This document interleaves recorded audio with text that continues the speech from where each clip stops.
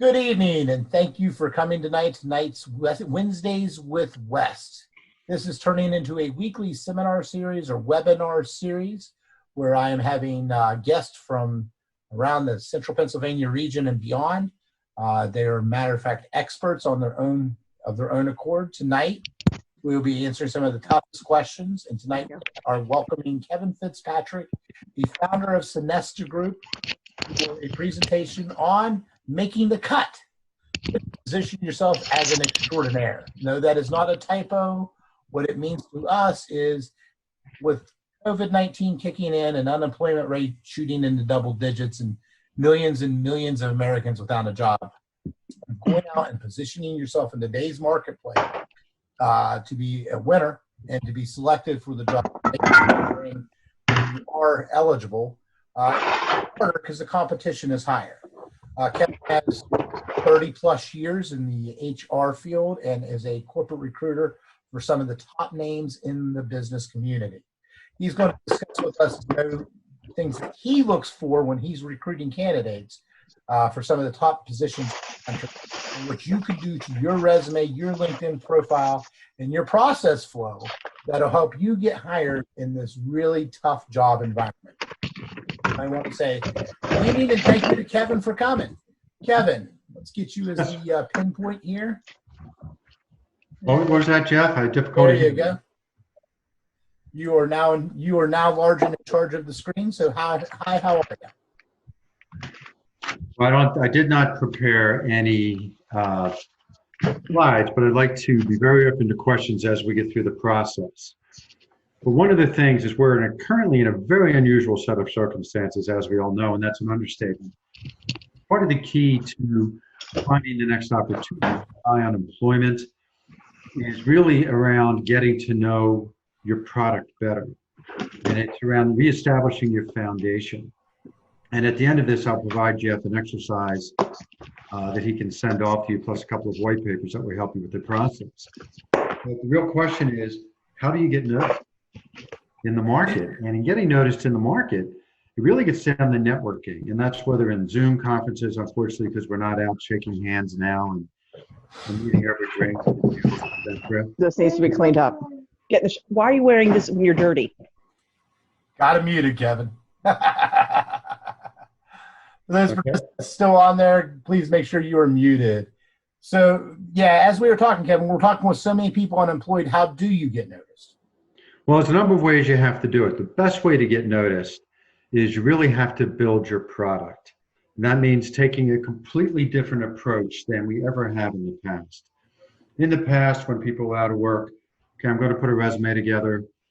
I'm going to beef up my LinkedIn profile. Maybe I'm going to go talk to recruiters and I'm going to just get my resume out there. The difference is, and the challenge is, that your resume must pop. It must be different than everyone else's.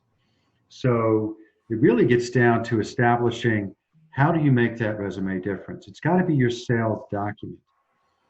So at the end of the day, on the Microsoft and they have all those templates there, those are not a good idea to use them? I would say no. The Microsoft template respectfully makes us look lazy. Okay. You know, and if you look at the Microsoft template, especially the one that is the most used the most often, there's a lot of white space in it. You know, and those of us that have a lot of experience, we want that white space to be filled with metrics, to be filled with statements that make sense, that can demonstrate what's the return on investment that you're going to bring to an organization should they hire you. So you were really trying to be the investment for the corporation. Absolutely. But to do that, you've got to be in touch with what your product is. You've got to be able to answer how and why for every bullet you put in that resume. So if you have a bullet in your resume and you read it, and it's tough to be objective when you look at this, and you read the bullet, and at the end of the bullet you say, so what? You got to change it. You know, and if you're going to start your resume and have a summary at the top that says, I'm a versatile, extraordinary, global-based executive in finance, or I do yada, yada, yada, there's going to be 1,000 other summaries out there exactly the same as yours, because they're all going to use key, very nice, what I call HR speak, in the summary, and all you need to do is change it from finance to ops to sales to marketing. It's a complete waste of space. As an executive recruiter, and we run a retained search firm, I don't even read them because they all sound exactly the same. Okay. Following that, you often have keywords in your resume. Strategic thinker, versatile, visionary. Again, that's a lot of HR speak. You only need those keywords if you're going to put your resume in front of a company where you're going to post it on the internet, where it's got to be picked up by an internet scraper or an applicant tracking system. So I've always been told when you're writing those bullet points, you want to give the benefit before the feature. Tell me what I did and then how I did it instead of how I did it. Increase sales by 300% by. That's correct. It's how you did it, and then why, and then also be prepared as to why it was impactful to the business. Okay. So the resume, the purpose of the resume is to get you the interview, period. Once you get the interview, it's going to get down to your fit, your interaction, and your ability to know your product. When I was in transition before joining the dark side, as I call it, 15 years ago, I landed 5 offers in a matter of months. Not because I was the best candidate. I wasn't. Okay, what so I was the why? best prepared. Prepared. I was the best prepared. So my resume, my educational pedigree, my work pedigree, I beat out some people that were better educated than I, that had deeper experience than I, for roles including 2 CHRO positions, one to run executive development for Genworth down in Virginia, another to be an executive vice president of HR for a major insurance company up in New Jersey, and a consulting firm. 3 of these opportunities would have taken me overseas again. Now, the reason I got those offers is not because I was the best candidate, but it's because I knew my product. Everyone that I beat out for those jobs who came in behind me as number 2, I knew every one of them. And I would have worked for any one of them as their number 2, gladly. Okay. But the reality is, I was better prepared because I was able to go through every bullet in my resume and respond to how and why. When I was asked, what are some of the challenges I had as I tackled transition, or as I moved forward in my career, what was I looking for next? I could identify those challenges, but because I knew my product so well, I could talk about those challenges as a strength. You talk about your career and what you're trying to achieve in your career as much as the company itself. Good question, Jeff. In your career, you want to be able to talk about what is it that I want to do. When you're looking at job transition, you're essentially playing chess. So what you don't want to do is, when you play chess, those of you that do, you're always thinking at least 3 steps ahead. So when you're looking at your career and you're in transition, you're not necessarily focusing on the job that's in front of you. You're focusing on the job that's going to ultimately get you the job that you want and to which you're going to bring the greatest value. Sometimes when we are in transition, it's tough to accept that. But that's the best way to approach, because you want to go into an organization and interface with that company so you can demonstrate right out of the gate the value you can bring. By taking that focus, there's going to be a lot of quick hits that are going to make you look heroic, perhaps in some cases, on the value and the return that you can bring to that organization. So today's job market, we got about 40 million unemployed folks. Right. And I saw a statistic that 3/4 of them about happen to be in the hospitality and in the restaurant industry. So they're probably not playing for the upper middle job. And Right. last time a lot of these folks had to get a job, they went out and they had their paper resume and blew the dust off of it, did some rewording and added their new stuff and sent it out. In today's world with social media and LinkedIn and Facebook and email, the world's gotten a lot bigger since a lot of people have looked for a job. Do they really need a LinkedIn account? Yes. What they need is a LinkedIn account, because the old days of search firms, where they have these robust databases of resumes and candidates, while many of us still have them, we have them ourselves, but they are no longer the primary focal point. LinkedIn must be up to date. It must demonstrate the value you bring in your candidacy for employment. So when you looked at your LinkedIn profile, it better match your resume. It better not have typos. It better not just be a title that doesn't mean anything. You want to grab something in your summary in the LinkedIn profile that people want to look at. Some recruiters will only look at on the surface. If they see misspellings, if they see lack of information, they may pass you over.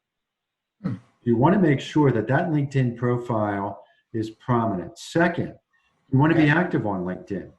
You want to challenge you to increase your connections by 100 people in the next week. Okay. Can that be any random people, or should I any random people? I don't care who they are, because it's not the 100 people you want. It's their contacts that you want. Remember, when you add 100 people, most of them will have an open network.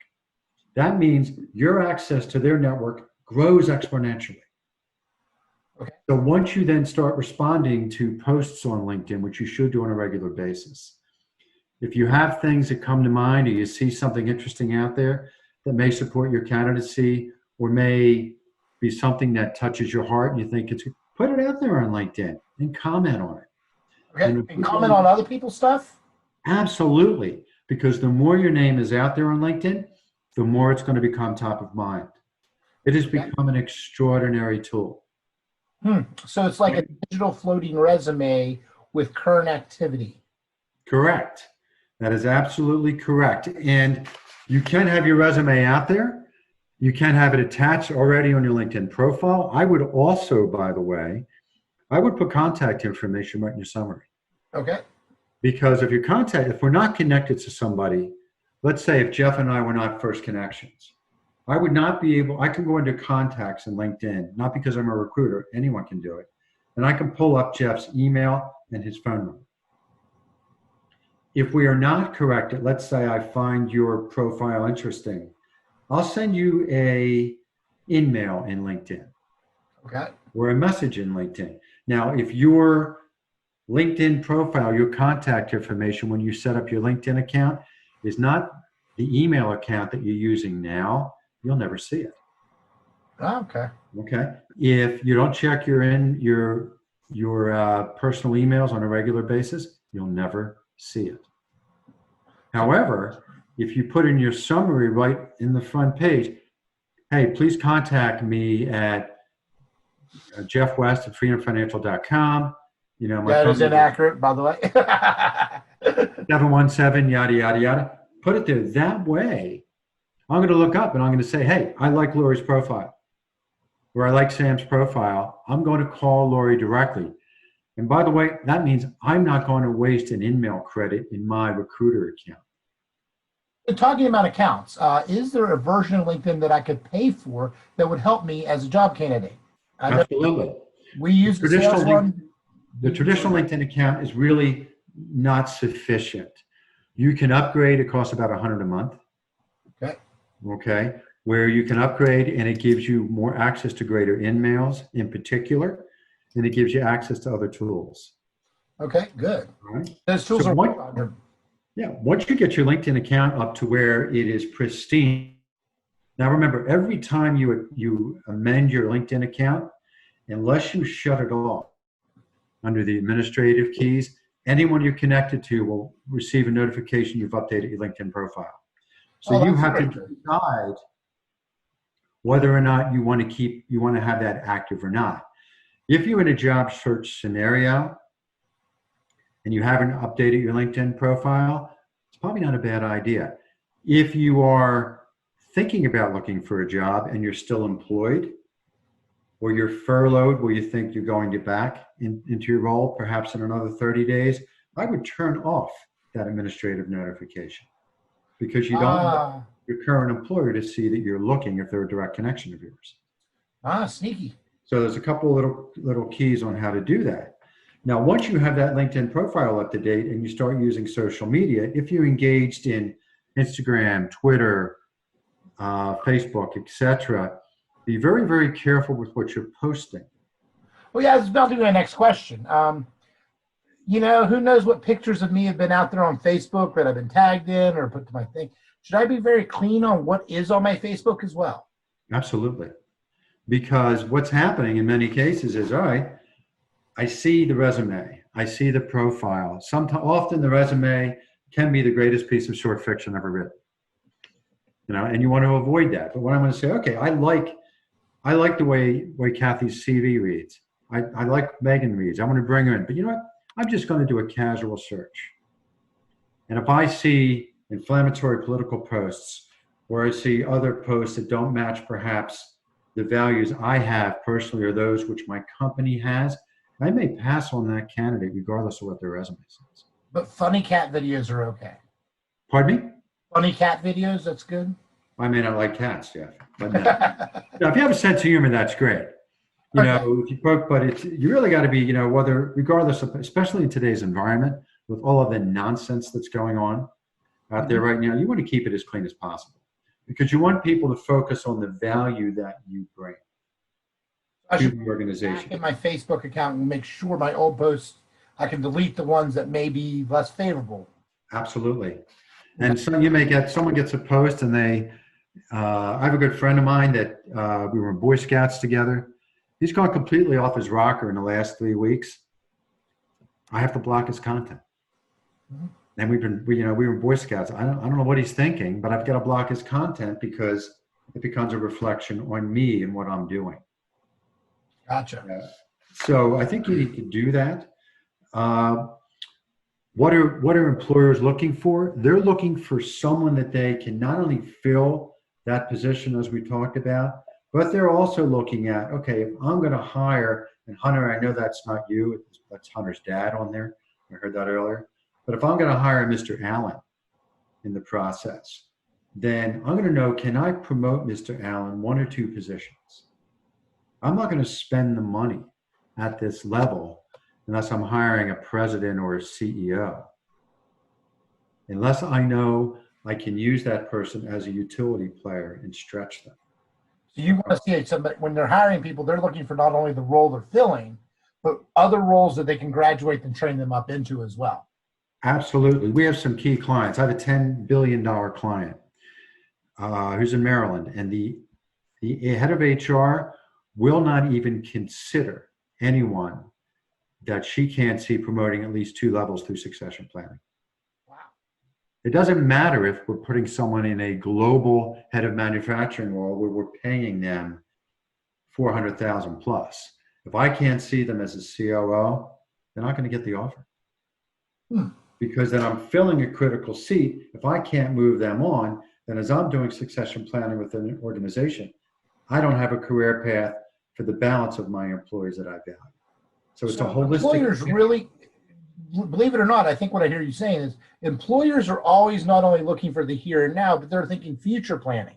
And they're thinking of buying, planting the seed and growing it into a tree. And you want to be the ideal seed. Exactly. If they're interested in growing an organization, one of the keys as you're interviewing is you want to understand not only what you find on the internet, et cetera, as far as what's going on in that company, press releases, et cetera. You want to understand their strategic plan. Okay. You want to be able to map into that strategic plan what your capabilities bring to that plan. What's the return on investment you can bring that's going to help them realize that plan? We'll take you through a quick exercise that will help you put a cheat sheet together that will help you address that in just a few moments. But that's what you really want to do. So when you're going for the organization, there's a lot out there you can find out about the organization. As an example, if you're going to interview, believe it or not, in today's environment, you want to have a library card. Now, why do you want to have a library card? Because many libraries have online databases. Now, I'm a Philadelphia kid who moved to the thriving metropolis of Perry County 12 years ago. Well, I'm sorry for both. And I have a library card in Perry County. But 10 years ago, I went to the Lancaster library system, by the way, which is one of the best on the East Coast. And I went to Lidditz, and they gave me access to their online databases.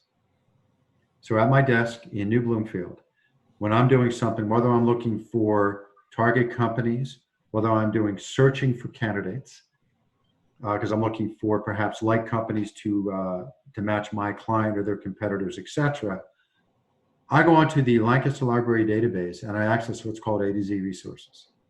Okay. Okay, A-to-Z Resources is an extraordinary tool. Why? Because you can do detailed advanced searches down at SAIC, NAIC level. You can do it based on geographic preference. You can do it by multiple subcategories or systems within an organization. You can do it by revenue size, employee size, location. And then what you can do is you can hit the search button. It'll give you all of the records. You can download it into an Excel spreadsheet if you just want summary contact, company name, company credit history, company financial profiles, often C-suite level executive. You can figure out the email schema and at least a main phone number to begin the process. We'll think about doing our due diligence on a potential employer as much as them. Exactly. It also allows you to do due diligence and begin to connect the dots to potential competitors of the employer with whom you're interviewing. Perhaps not on the first interview, but in the second interview. And when you get to the final interview and you get down to talk about offer, I just went through this today where we extended an offer. And my best advice to you is this: when you get to that point, or when you're meeting with the CEO, you always say we. So you always engage in that discussion as though you are already part of the team. The assumptive close. Yes, you want to begin having the dialogue that demonstrates how you interact with that employer once you join that team. And that's how you have to do it. If you focus on I, and you focus on what's it mean to me in my career, it's going to become a short conversation. It may even cause the offer not to happen. It was a very nice dinner. So always, once you get past the first interview, the second, you begin adapting that total we profile. How do we approach this situation? I notice in the industry that there is a primary competitor. Well, as we approach the marketplace with that competitor, have you considered the following A, B, D, and C? And as we're working together, we could do X, Y, and Z. So begin thinking that way. And that demonstrates that you actually know your product. That will distinguish you from other candidates in the process. So even if I'm not passionate about the particular widget the company is selling, I could get passionate about being in business as a whole. That is correct. And the other key to that is also, there's also a product out there called Crystal Knows, which based on people's social media and et cetera, for a very, it's a good sales tool, but for a very inexpensive cost, Crystal Knows, and we use it, Crystal Knows will allow you, it will identify what technically the profile is. Yeah, the person with whom you're interviewing. There's only 4 basic personality profiles. Historically, you can call them 4 different things, but you have very high assertive, you have highly social, you have highly empathetic, and highly structured. Mm-hmm. It's a very simple approach when I put it that way. If I have a high assertive person I'm interviewing with, all that person wants to know is, bottom line, how are we going to get it done? I'm dealing with someone that's very highly social, mm-hmm. Okay? Then what they want to know is, how are we going to work together to make it happen? You know, when I deal with someone that's highly empathetic, how am I going to make the company great? How am I going to respond to the culture? How am I going to make the company more responsive to the community and the employees? If I'm dealing with someone that's highly structured, they're going to want to know the process and the steps, how you're going to approach the role. So one of the other ways to prepare for this is to understand whether you can do it when you go into the interview, take a look around as you're doing small talk, and you can very, very quickly glean what their style is. Most often, when someone doesn't make it through the interview process, it wasn't the right fit. If you can be true, know your own product, you can adapt your presentation. So the assessment tests, oftentimes a good quality position these days come with assessment tests. Correct. Should I answer honestly, or should I be answering what I think they want to hear? You can answer if it's a good assessment tool. You can answer what they want to hear. As an example, we use a psychometric test called Assess. If someone tries to cook it, which is what I call it, which they try to, okay. There are so many different variations of the questions, and a good assessment's going to flag it. And you're not going to get the results. I am. I have walked away from at least a half a dozen top drawer candidates who tried to cook the assessment. What that presents is that they are disingenuous and not honest. The best thing you can do in an assessment is just answer it. You are who you are, because if you try and cook the assessment, and in the rare case where you are successful, it's going to manifest itself in the first 100 days. A good employer who's got a good follow-on, a good onboarding integration program, that mistruth is going to be highlighted, and all of a sudden they're going to realize they made a bad hire. You're going to be in transition again. And then how are you going to explain that on my LinkedIn profile? We're all entitled to a mulligan, but how many do you want? Well, I mean, last time I played like 25, but we're allowed to play again, so maybe we can get the number down. Now, we're all recently unemployed. People are just now getting unemployed. Layoffs just begun. The PPP carried some folks through. But then the question becomes, I still have bills to pay. I still have a mortgage, I still have a car payment, I still have tuition. Credit card bills are starting to stack up. I'm starting to get a little desperate. How quickly should I lower my pay? Or should I even talk about lowering what I think I'm worth? Whether or not you're willing to lower it, that's a very personal decision. I don't think if you say, okay, I'm in central Pennsylvania, I was making 200,000, but I think I can make it on 135, 140,000 if I make some changes. I don't think you should necessarily lower your pay, because there is no value in something that's free when you think about it. So if you lower your value, what does that say about you? Now, if you go for a position where you're changing industry, okay? Or you are looking at, all right, I've been in a large company, I'm going to go to a small company, so I'm going to focus on the total compensation perspective, which may include an equity play down the road. Yes. There, I would consider lowering my fixed costs associated with my employment. But remember, your employment is an investment for the company. So you want that investment to be presented at the value you bring. Will you get desperate? Yes. What often happens is you'll take a job to get a paycheck. You won't be happy, and you're going to make a quick turn, and you may want to do it 1, 2, or 3 times. All of a sudden, you have to explain why you've had 3 jobs for a year apiece, when your prior employment was a 5, 6, 7, 10-year opportunity. Now, if you say, you know what, I'm okay with lower pay, it's not going to affect me, my 401k's done well, Jeff has invested my money well. Make your bed. You need to get stuff organized. Go through your dirty clothes. See what you want to bring to Massachusetts. It's going to be like you can pack jeans. I think I got him. Go ahead.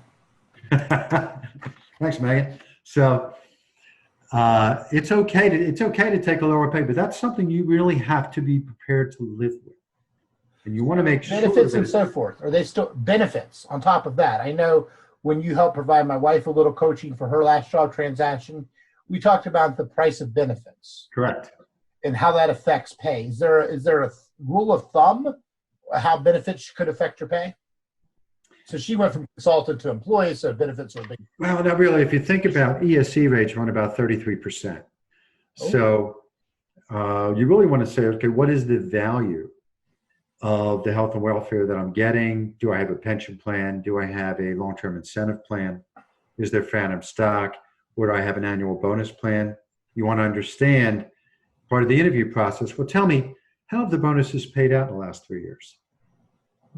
So history payout as well.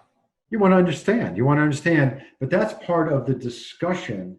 See, if you have focused on relatability in the interview, if you've begun to focus on we in the interview, then you are in a position where the company and the interviewers are more comfortable with you. Mm-hmm. And you're going to be able to talk turkey about where we are going forward. And it's okay to talk about what have the incentive payouts been in the last 3 years. Now, if you're being presented by a recruiter, if they are any good, they will have that information and you won't have to ask. So having a recruiter reduce my offer? Pardon me? If a recruiter calls me, am I going to get a smaller pay because the recruiter's involved in the transaction? No, not at all. Not at all. No. There are different kinds of recruiters, and quite honestly, recruiters, when you're in transition, are not really your friends. I hate to say it. Because recruiters are paid by companies, and they only get paid if the candidate gets hired. Now you have contingency firms. There are many, many good contingency firms out there. They get paid only when the person is placed. And they may only have 30 or 60-day guarantees. And once they get paid, you may not ever speak to them again, but you also may be one of 20 candidates they present to that company. So you may not make it through the cut based on how the presentation is. Okay. You can go to a contingency firm that might have a partial retainer, but they get paid the balance upon placement. And then you can go to a retained firm, which gets paid a third. Sometimes they get paid a third regardless. And they're firms I would avoid if at all possible. But some of the larger firms, in all truth, that's how it works. Like your Spencer Storage, your Russell Reynolds, your Korn Ferries, etc. They get paid regardless. Or some are performance-based firms. They don't get paid until the person is placed. Most retained firms, they will present a summary on top of, as some contingency firms will. Very few contingency firms will do this. They will place a summary that highlights some of what you bring, that demonstrates what the value is that you bring beyond what's not stated in the resume. And they will take you through very, very strict and in-depth interview preparation to put you in front of that organization, part of the interview process. So that's the difference between a recruiter and a job agency. A job agency. Well, recruiters are paid by companies. If you're referring to job agencies, what I believe you're referring to, Jeff, and there's many terms for it, is someone's going to call you and say, hey, Sam, if you pay me $3,500, I'm going to market your resume to 100 companies and get it in front of the head of talent acquisition. My advice to you is run as fast as you can the other way. Okay. Because number one, that's $3,500 you could be taking care of your family. Okay, number two, you're paying them and they have no vested interest in placing you other than getting the $3,500. Okay. Or whatever the number may be. So if someone says to you, pay me X and I'm going to market your resume, they're not going to do anything that through the use of social media, the use of LinkedIn, differentiating that from social media, going to A to Z, the resource tools where you can get direct contacts with companies that you can't do yourself. By the way, by doing it yourself, you get more comfortable with your product and you get better at demonstrating and selling that product through the interview process. Okay. That's really what it gets down to. And I'm going to take you through a quick cliff notes. I don't know if we have time. I guess we do. Sure, go ahead. We have what's called a six-pack. Now, Kim in my office tells me it's not professional to call it that. And I think you might listen to Kim more. Well, in quarantine, who doesn't want to call one every now and again, especially on a Friday afternoon? And at my age, the other six-pack, well, who are we kidding? That's probably not going to happen. So, and in Jeff's case, we know it's not going to happen. That's a keg. Thank you very much. No problem. So what we want to do is I want you to take a piece of paper and you divide it into 6 blocks. In the upper left-hand corner, I want you to think about, in my career, what are the key accomplishments and goals that I have achieved? What has differentiated me in the past that I can focus on demonstrating what the qualitative and the quantitative value are for those goals and accomplishments that I had? Then I want you to go just below that, and I want you to focus on the strengths and what differentiates you from other potential candidates in the marketplace. I don't want you to say, I'm a strategic person. I don't want you to say, I'm an accomplished global executive. No one cares because so does everybody else. So talk about the specific strengths, that which will differentiate you. Then I want you to go up to the center column at the top, item number 3, and I want you to talk about what is your vision? What is it that you really would like to do? Even if that means changing industry, or even changing positions. And then I want you to get down to the fourth box. And I want you to consider my key accomplishments in the past, my strengths, those things that differentiated me in the marketplace in the past and going forward, that which I want to do, that where I want to focus. Say, okay, what are my development needs or challenges? Very, very difficult thing to admit. But what are my development needs and our challenges? And do that in an iterative process. You take it off and do in a list, and you focus on how do you address those development needs or those challenges? Okay. Why are you addressing them? What's the outcome from that? The ability to respond to that will allow you to effectively go up to the fifth box, which is a segue, and that is, how do I get the job I want to get? How am I going to focus? Where am I going to move forward? What's the industry? And then you get down to the sixth box, which is, what is the job in particular? And what is the industry I want to focus on? And then, by the way, what are my target contacts? Increasing my LinkedIn account.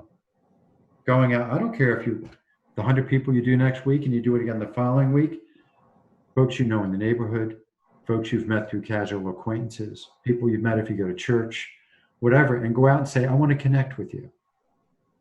If you go through this 6-box process, this is a precursor to a much longer iterative process called personal product development. You can go on my website and print it out. If you don't dislike me greatly as you get through the process, I'll be sadly disappointed because it appears simple, but if you do it in an iterative fashion, it is extremely difficult to take that much of a look in the mirror. But it will prepare you for your job transition exercise. It will prepare you for networking. It will help you deliver that sales document from a resume perspective, and it will allow you to have your elevator speech to be different from everyone else. Wow, that sounds like a really powerful tool. It is. Now, you say the outlines on your website. The 6-pack I'll have to get to you. I'm finalizing it now, but I'll get it out there. Okay. And by the way, in case we didn't mention, you are Cnesta Group. Cnesta Group, right. Cnesta. It's an Irish word, so that's why it's spelled a little different. So we will send a follow-up email, post this to all webinar attendees with Cnesta Group information where you can go to his website and find these tools. Kevin, I got two major questions left. First of all, do you know anyone that's hiring? There are many, many companies that are hiring. Can I name one right now that's hiring? I can name an industry that's hiring, and that's aerospace and defense. Okay. They've actually never stopped hiring. The other industry. Logistics. Pardon me? Logistics. That is another industry that's hiring, although they're not hiring a lot at the top. Where you have to break through. But in logistics and distribution, supply chain and distribution are hiring as well. I do believe that finance roles and HR roles will become extraordinarily critical at the end of COVID when we're coming back out of this. Now, some companies are doing the following. Some people have been laid off, they've eliminated positions. Other people have been furloughed. There's several major employers in central Pennsylvania that are taking the opportunity to look at the positions of those that have been furloughed. And they're looking at them and say, okay, is this job really a full-time job? Do I really need them to do this? You know what? I can combine one job or two jobs into one. So they're looking at cutting their costs. So, and to try and anticipate that and understand where the companies are heading. The construction industry is coming back. Aerospace and defense has never left. Supply chain and logistics is coming back. Those positions, finance and HR in particular, are going to become invaluable as you try and vet through and get the proper talent. And from a cost perspective, you've got to be able to demonstrate when you look at an organization, understanding what the financial systems are, the operational systems, the social elements, and human capital elements within an organization. So when you look at them, try and discern from everything you can find out, what do they look like? What's the culture? And if I'm a marketing person or I'm a salesperson, how can I respond to that and demonstrate myself as being a strong utility player or versatile with an organization where I'm not going to focus on finance as black and white accounting, but I'm going to focus on the broader aspects of financial analysis. Or I'm going to be able to play chess across not only in my career, but across the various functions and subsystems in an organization. So you're saying to me from a corporate headhunter, and that's what I'd love to call you, is the headhunter, corporations are still out there looking for high quality employees. They are. They're being more selective right now because of PP and EIDL and the market loans that are out there, small business loans. They're being very careful as how they're spending their money. Now, recruiters cost money, so some firms are trying to do it on their own. So now is a better time to pay even more close attention to LinkedIn postings out there. Okay. And Indeed, at various levels, they're out there. Also, there's networking groups, whether it is GP-SEG, whether it is Chem Pharma, whether it is FEI or FENG, if you're in central Pennsylvania. CPENG is an extraordinary networking group where you have to be making over 100K if you're in that position. And they're now up to 12 different groups that they've grown in the last 5 years. And about, in CPENG's case, costs $52 a year to join. 60% of the people are in transition. 40% are not. And everyone attends these meetings, they're all via Zoom right now, to try and help one another with leads, contacts, etc. I'm a recruiter. We tend to find the purple squirrels and the unicorns. People only come to recruiters when they've tried every other avenue themselves. You know, we have walked away from opportunities because I've talked to the clients and said, you're not ready to get a retained search. It doesn't make sense for your company. You know, why would I do that? Because eventually down the road it will, and we'll be the firm they call. But in your case, you want to make sure that your LinkedIn profile is up to date, your resume is a sales document, and you're looking at the positions that are posted on Indeed and LinkedIn, and you're joining some of these networking groups. With that, granted, it can be very frustrating when you do this, but I challenge you this. If you join one of the networking groups and they go around and they have a one page and they all talk about, hi, my name is Jeff West, and I'm a premier entrepreneur, 20 plus year experience in financial planning and helping people and growing net worth, et cetera, et cetera. And I'm a strategic visionary guy. I'm approachable. You'll be surprised. You may hear 15 people on that call saying all the same thing as I mentioned when we started this event this evening. What you had to change was the function. Don't be that person. Okay. Go through the exercise and be able to address it. The three things that everybody's going to do tomorrow morning to launch them into the next career are what? Sit down and focus on your six-pack. Six-pack number one. Six-pack number one. 2, begin to think about a more in-depth analysis of your personal product development. Personal product development. Number 3, update that LinkedIn profile and then consider creating your resume as a sales document, not as a job description. And there's 5, Jeff. It's not just 3. Keep going. Give me 2 more. Well, I did. Sales document and LinkedIn profile.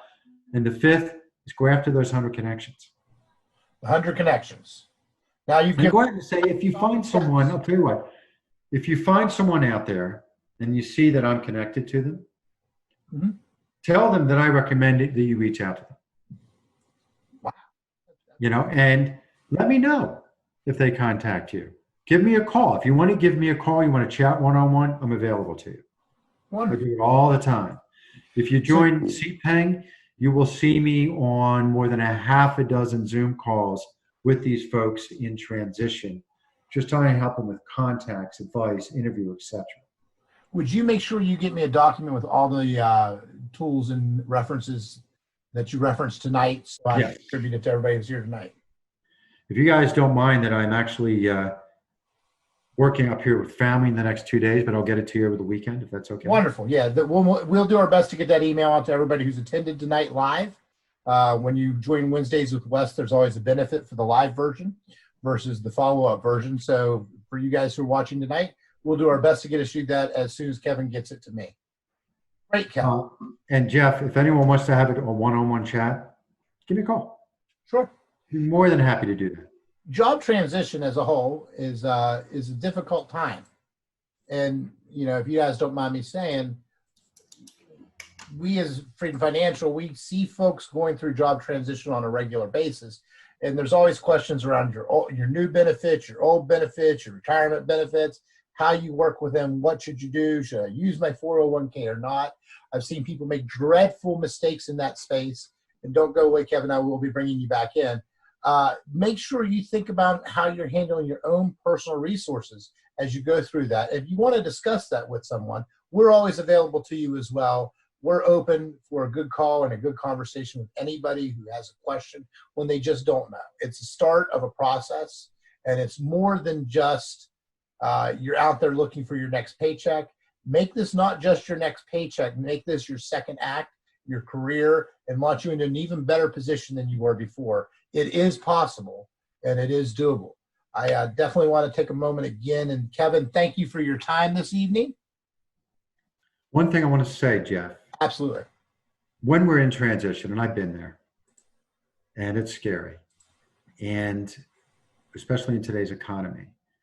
And when you're in transition right now, you have the worst job you've ever had. And that's... I worked at McDonald's. It's worse than McDonald's. It's looking for... I worked at Rustler's Steakhouse. That tells you how old I am. But it is the worst job you've ever had. Looking for a job, it's horrible. You know, because you're going to continue. You're going to get rejections. You're going to continue. You're going to begin to question who are you, and you're going to begin to question your value. It's inevitable. But the way to get around that, to counter that, is to go back and to go over your six-pack, go over your personal product development, go back and revisit the challenges, because you're going to be required to do that so you can stay singularly focused. Because while it is the worst job you've ever had, to the point Jeff made earlier, it is the most important job you've ever had. And you theoretically have the best product that you've ever had to sell. Correct. Guys, again, I want to thank everybody for coming tonight for Wednesdays with West. As I said, this is going to be an ongoing series. We are doing these shows every Wednesday night at 6 o'clock. Next week, we have Patty Sivich of Precision Training Concept on how to lose the next 15 pounds that you just got during COVID, as we're calling it the COVID-15. She's a premier physical exercise and dietary specialist, and we're really looking forward to that. If you want to follow up with us, obviously our website's ffwm.net. You can email me personally at jwest@ffwm.net. I'll be glad to connect you with Kevin and every information, and I will do my best to distribute all the information he provides to me. Thank you again for attending, and we hope that if you're looking for a job, you'll find one soon, and it'll not just be a job, but it'll be your next career. Thank you, guys, and have a good night. My pleasure. Thank you. Stay safe. Stay safe.